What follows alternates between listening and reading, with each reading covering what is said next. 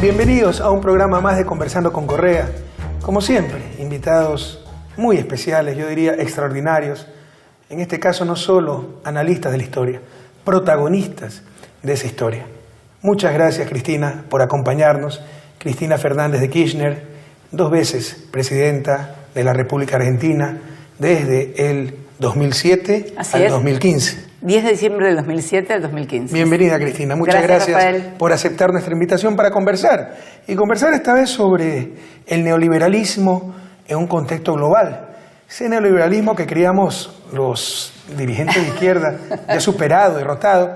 De hecho, la primera hora neoliberal era una suerte de regresar al pasado, porque lo que existió inicialmente como modelo económico fue el liberalismo económico. De ahí el nombre, el nuevo liberalismo.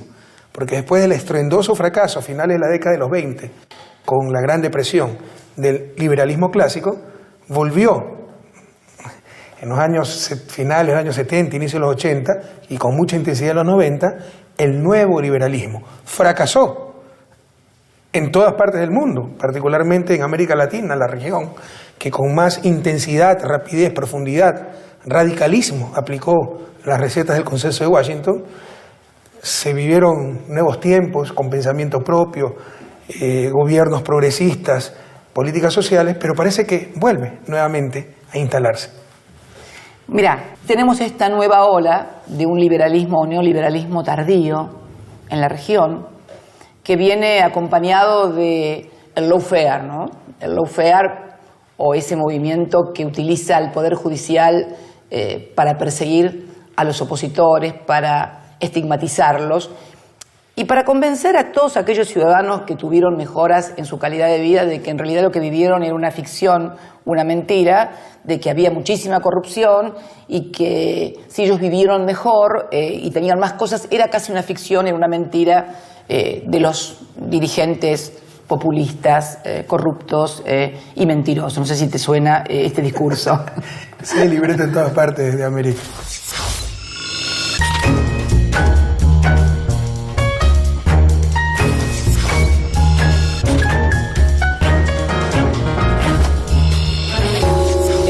Ahora bien, ¿por qué la diferencia? El neoliberalismo que se instala en la década de los 90 en la región no tenía posibilidades de ser comparado lo que estaba haciendo con lo que había sucedido antes. ¿Por qué? Porque en realidad, en muchos casos, como en la Argentina, veníamos de experiencias muy devastadoras. El alfonsinismo tuvo que entregar el gobierno antes de terminar su mandato constitucional porque se había desatado un fenómeno hiperinflacionario en la Argentina muy fuerte.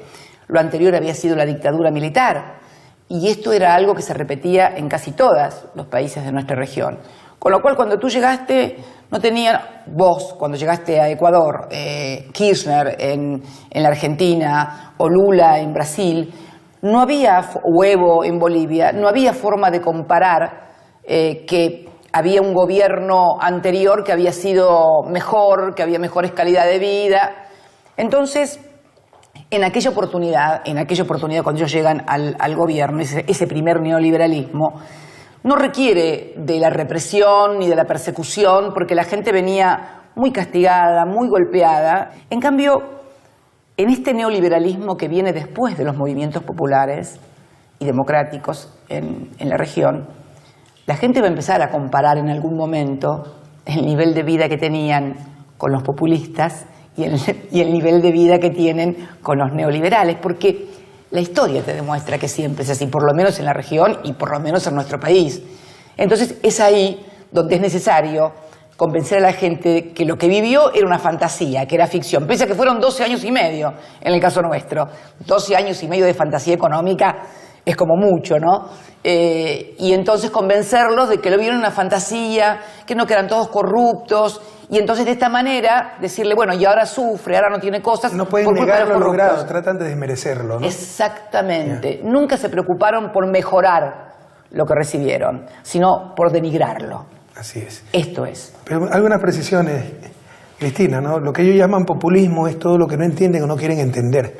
Todo lo que no sigue sus recetas ortodoxas a nivel de mercado, a nivel de democracia liberal, pero Ernesto Laclau, ¿no? Que creo que es tu filósofo y politólogo preferido, o al menos así se decía. Uno de ellos, no tengo muchos. Nos decía que tengo muchos. el populismo es un lenguaje político, que sociedades tan heterogéneas como las nuestras, donde tú tienes que representar a grupos diferentes e incluso antagónicos, y el Estado no tiene capacidad para resolver sus problemas, lo que él llama la lógica de la diferencia. Por ejemplo, una izquierda tiene que representar a todos los explotados, pero al agricultor de subsistencia que quiere que le suban los precios de sus productos, y al asalariado con renta fija de la ciudad que quiere que le bajen el precio de los productos. ¿Cómo conciliar esas demandas incluso antagónicas, ¿no? Entonces eso es lo que llama la lógica de diferencia. Entonces dice, hay que poner una lógica equivalente, que cree identidades populares, algo que los defina a todos transversalmente. Por ejemplo, todos son explotados. Y ese es el lenguaje, para crear esa identidad popular, para crear ese proyecto nacional. Y aquello él llama populismo, ¿no? Es un lenguaje político.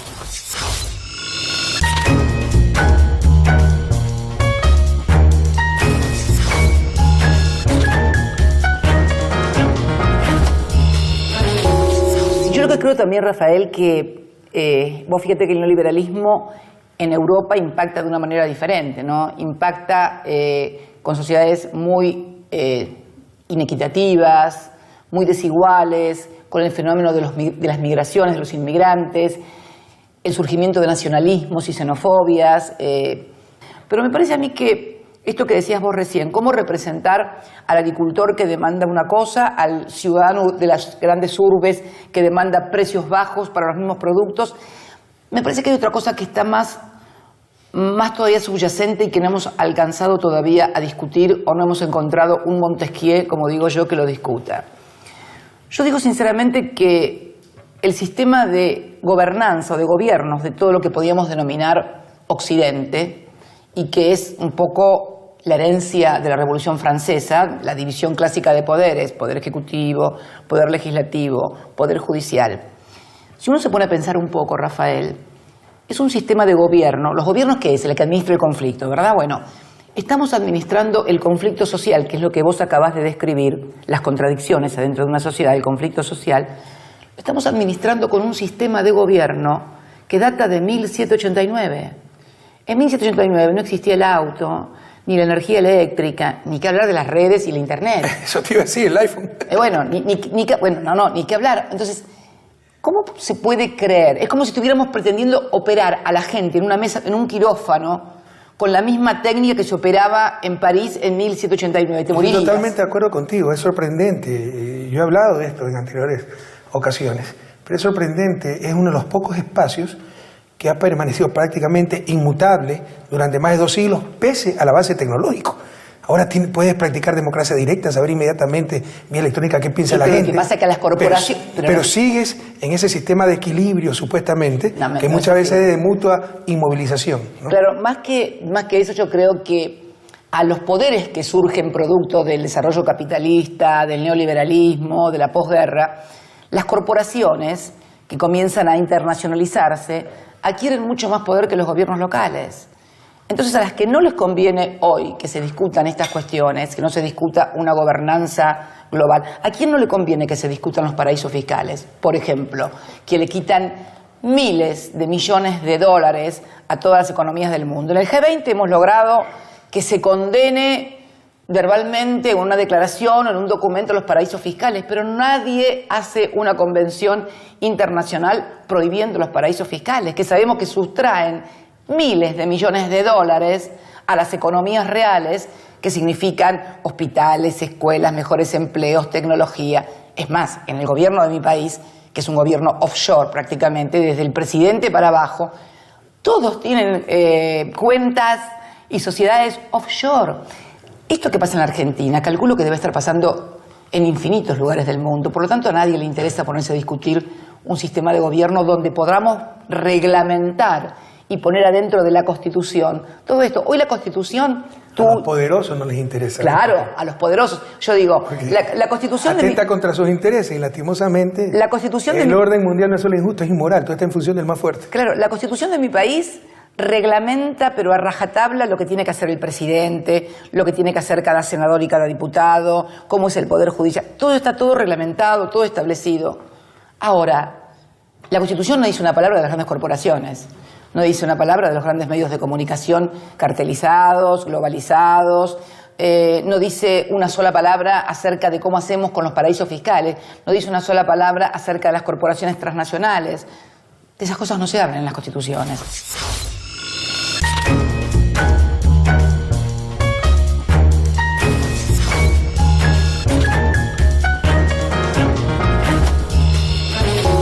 Entonces me parece que estamos discutiendo en un sistema que data de más de 200 años, muy viejo, y que cada vez va a dar menos respuestas. Y que nadie se atreva a cuestionarlo. No, para que no la acusen de no, porque ¿sabés qué cuestionan? No ser demócrata. No, ¿sabés lo que cuestionan? A los dirigentes políticos. Vos fíjate lo formidable de la coartada de los grandes poderes económicos.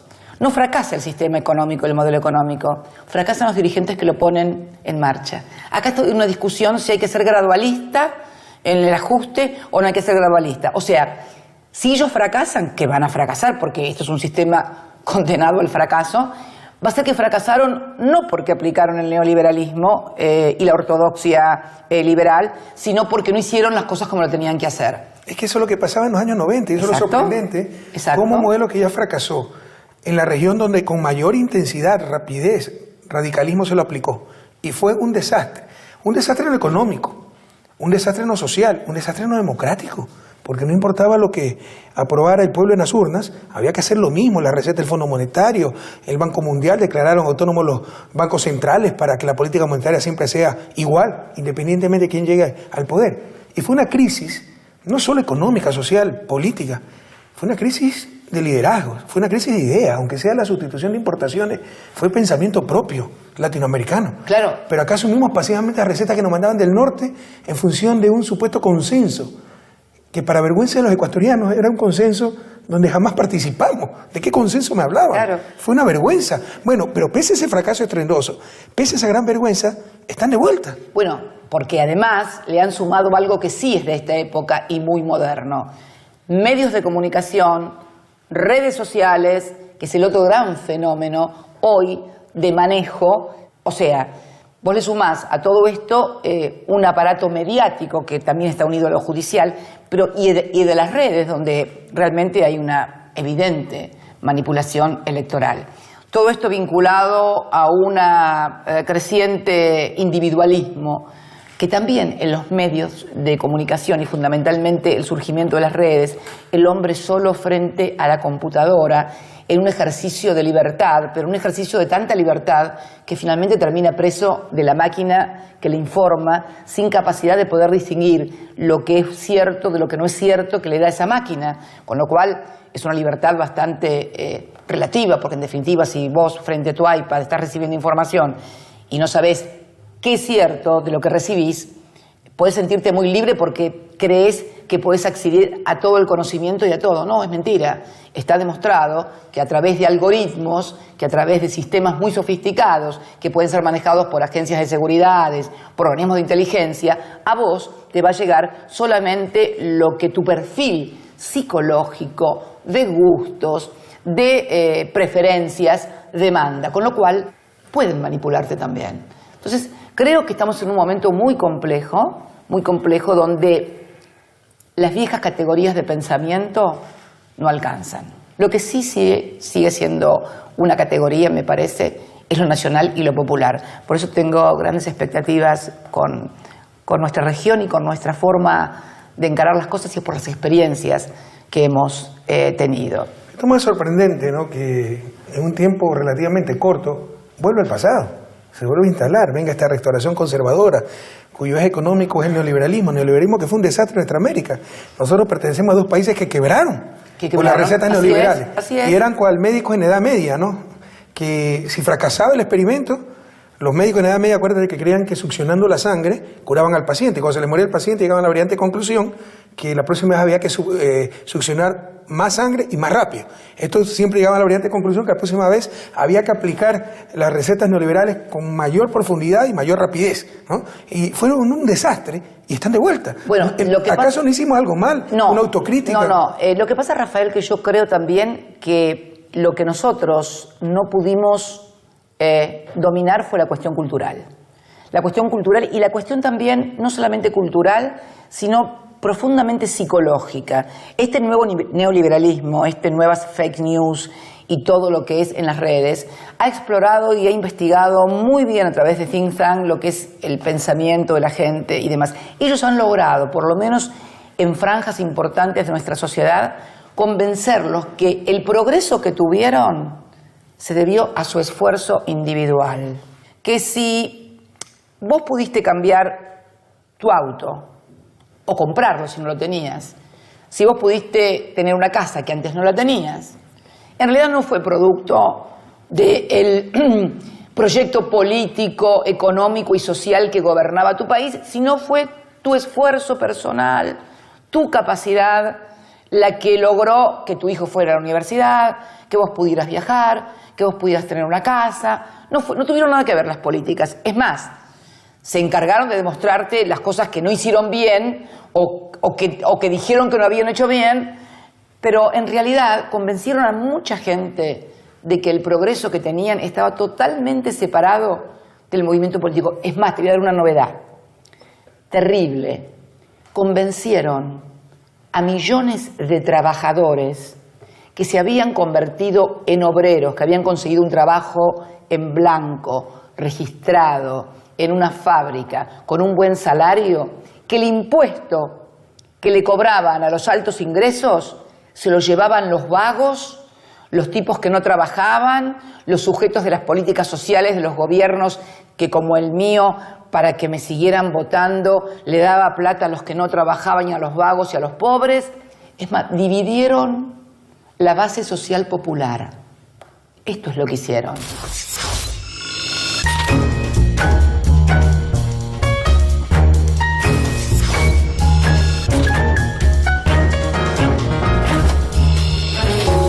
Los dirigentes progresistas somos como el cirujano, ¿no?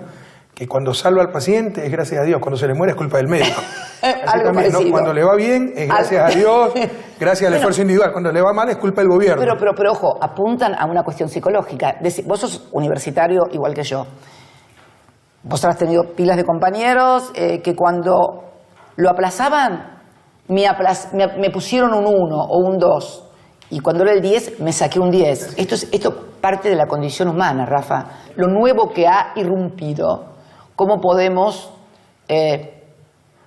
imaginar para esto todo nuevo un sistema de gobierno que pueda administrar eficaz y eficientemente el conflicto social? Hoy, el neoliberalismo ha encontrado la coartada perfecta. Se sigue aplicando el sistema neoliberal económico y se culpa a la política y a los políticos del fracaso de los gobiernos. Bueno, hay que hacer todo un replanteo de esto ante la sociedad y bueno, volver a colocar las cosas en su lugar. Y te quieren hacer llegar a la conclusión de que no se necesita políticos sino gerentes. Además, CEOs. Bueno, si le dijeron a la gente que los empresarios cómo no van a ser buenos gobernando si han gobernado sus empresas, además como tienen mucha plata no van a robar, como son ricos hay que votarlos porque no van a robar. Por favor. Todos los días se encuentran en una sociedad y te dicen además, pero las sociedades offshore no son malas. Nadie que tenga una offshore es legal. La offshore como mínimo... Puede ser que el delito todavía no esté tipificado. Pero no, está tipificado. Es tremendamente oscuro, por decirlo menos. La offshore como mínimo es para evasión fiscal. O sea, nadie va a un offshore para transparentar las cosas. O sea, claro. Nadie hace un offshore... ¿Por qué te vas del país a un paraíso fiscal? Porque no pagas impuestos y la plata no la declaraste, porque si yo la tengo declarada en mi país, tengo que pagar impuestos igual. Así la tengo. Por nuestro sistema tributario, si un argentino tiene la plata en offshore y la tiene declarada, tiene que pagar impuestos igual. Es mentira. La offshore es profundamente ilegal porque no hay forma de que lo sea ojo, y digo evasión de impuestos, el delito más liviano.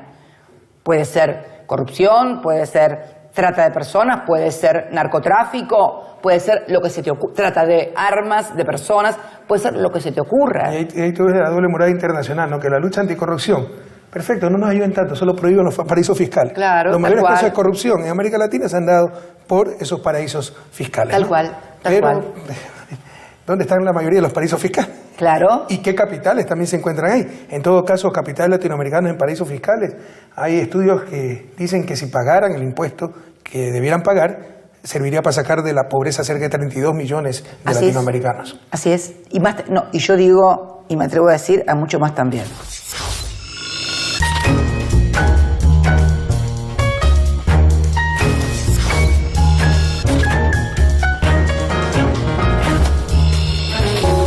Ahora, tú hablaste de cultura.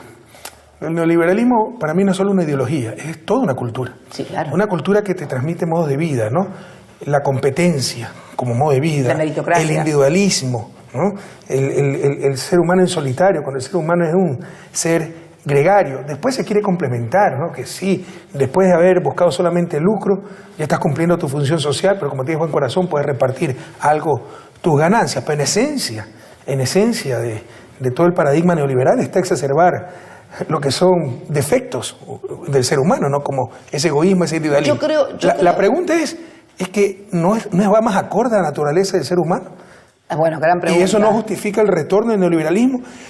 Perdóname que diga, nosotros, ¿no? Que sí, me incluya, sí, claro. Pero sacamos 92 millones de personas de la pobreza. Así es. Por si acaso, en los últimos 2 años, 19 millones de latinoamericanos volvieron a ser pobres. Así ¿no? es. Hay grandes retrocesos en la región. Pero sacamos 92 millones de personas de la pobreza, la nueva clase media. Pero esa clase media al final es el discurso de justicia social, de llegar a los pobres, ya no le llega. Es lo que te estoy diciendo. Y tal vez si le llega esto de, bueno, tratar de sálvese quien pueda, competir, fin de lucro y ganar lo que pueda individualmente. Yo lo que creo es que hay un componente en la condición humana de fuerte individualismo, de sentimiento de la propiedad. Esto no lo voy a venir a descubrir ni vos ni yo. Freud y otros más lo han hecho bastante mejor que nosotros acerca de la naturaleza humana. Lo que pasa es que me parece que lo que nos falta a nosotros es hacer una formación teórica y una formulación teórica de todo esto, ¿no? Y yo creo que la cuestión cultural y la difusión del aparato cultural es porque en realidad los grandes medios de comunicación, y también creo que lo que es el sistema de enseñanza en nuestros países, llámese maestros, llámese universidades, todavía transmite una cultura absolutamente individualista, una cultura en donde la meritocracia, esto es, si sos pobre es porque no te habrás esforzado demasiado, y si sos rico es porque realmente hiciste las cosas bien. Esto es que es la deformación del mérito, que es la meritocracia, en la cual se supone una sociedad meritocrática es aquella en la que supone que avanzan los que hacen las cosas bien y que los que se equivocan, no las saben hacer, son los que no avanzan. ¿Qué posibilidades tiene un chico que nace en una villa miseria, con sus padres sin trabajo, de poder progresar? Bueno, podrá haber algún fenómeno especial e individual que surge de eso, pero la mayoría están condenados a repetir la vida de pobreza y de marginalidad de sus padres, ¿no? Lo que necesariamente va a fracasar en la región, el neoliberalismo de Temer, el neoliberalismo de Macri, van a fracasar. Pero ya no depende ni siquiera de que Macri o Temer sean más o menos virtuosos en la ejecución de políticas neoliberales. Las políticas neoliberales son las que van a fracasar, independientemente de que sea Macri o que sea un premio Nobel el que las aplique. Sobre todo en realidad es como las nuestras, porque es una premisa para que funcione el sistema de mercado, y podemos decir que en el liberalismo la expresión extrema de ese sistema de mercado es que haya igualdad de condiciones para que realmente funcione la competencia, para que los precios, que son el valor en términos monetarios de los bienes, reflejen la utilidad social de esos bienes y no reflejan tan solo la capacidad de compra. Claro, pero te digo más. Esto es un capitalismo muy raro, el de este neoliberalismo que condena a millones de personas a la pobreza y a la miseria. Porque yo digo, ¿qué fue lo que convenció a los que estaban del otro lado de la cortina de hierro o del muro de Berlín a pasarse para este lado? El consumo.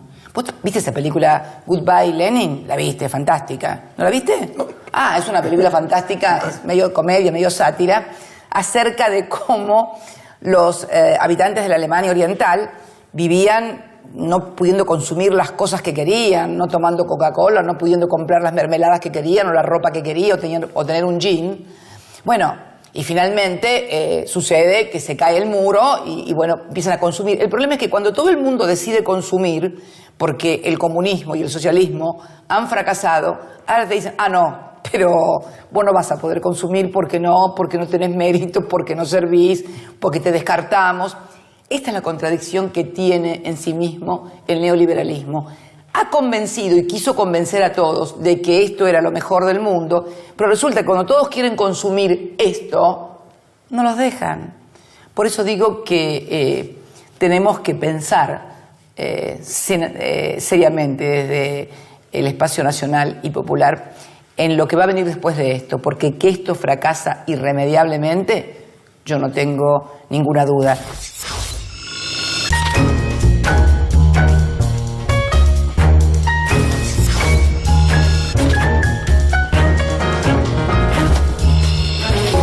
Y yo creo que en ese sentido, mira, creo que los que denominaron movimientos populistas en América Latina dieron una pelea muy importante contra todo lo que se decía que había que hacer para construir bienestar para las sociedades. A nosotros, por ejemplo, que nosotros desendeudamos al país. Cuando nosotros llegamos, la Argentina debía el 166% de su PBI, teníamos la deuda soberana defaulteada más importante del mundo, y cuando me fui el 9 de diciembre del 2015, en una plaza repleta de compatriotas que me despedían, dejé al país con un nivel de deuda que fue uno de los más bajos de su historia en 200 años. 13% en moneda dura, en manos de tenedores privados, extranjeros o nacionales, 13% del PBI. Hoy han más que duplicado la deuda externa, se financian únicamente con deuda externa. Vos sabés, Rafael, que la deuda externa, la restricción externa, ha sido una de las claves de todos los conflictos institucionales y que tuvo la democracia en nuestra región. Bueno, estamos marchando, por lo menos en la Argentina, aceleradamente como una locomotora que va contra... Algunos dicen que lo que se ve allá, que viene es la luz al final del túnel. No, es la locomotora del endeudamiento. Es la locomotora del endeudamiento que viene, y yo lo recomiendo a mis compatriotas que traten de separarse cuando, bueno, va a ser muy difícil hacerlo, pero... En todo caso, nos llamaban populistas porque éramos populares. Estoy convencido que el populismo para ellos es todo lo que no va en función de sus intereses o que no quieren o pueden entender. Y por el contrario, se dio lo que yo llamo como un oxímoron, el populismo al capital. Pero ojalá tengamos oportunidad de hablar de esto en una futura ocasión, quedan muchos temas pendientes, pues. Pero esto es una fuente de información, de experiencia, de conciencia. Ha sido protagonista de la historia regional y mundial, querida Cristina, y te agradezco muchísimo esta oportunidad que nos ha dado para conversar un poco, como siempre lo hemos hecho, pero esta vez delante de nuestra audiencia. Y ustedes, gracias a vos y a RT también. Muchas gracias. Gracias, queridos televidentes, y hasta el próximo episodio de Conversando con Correa.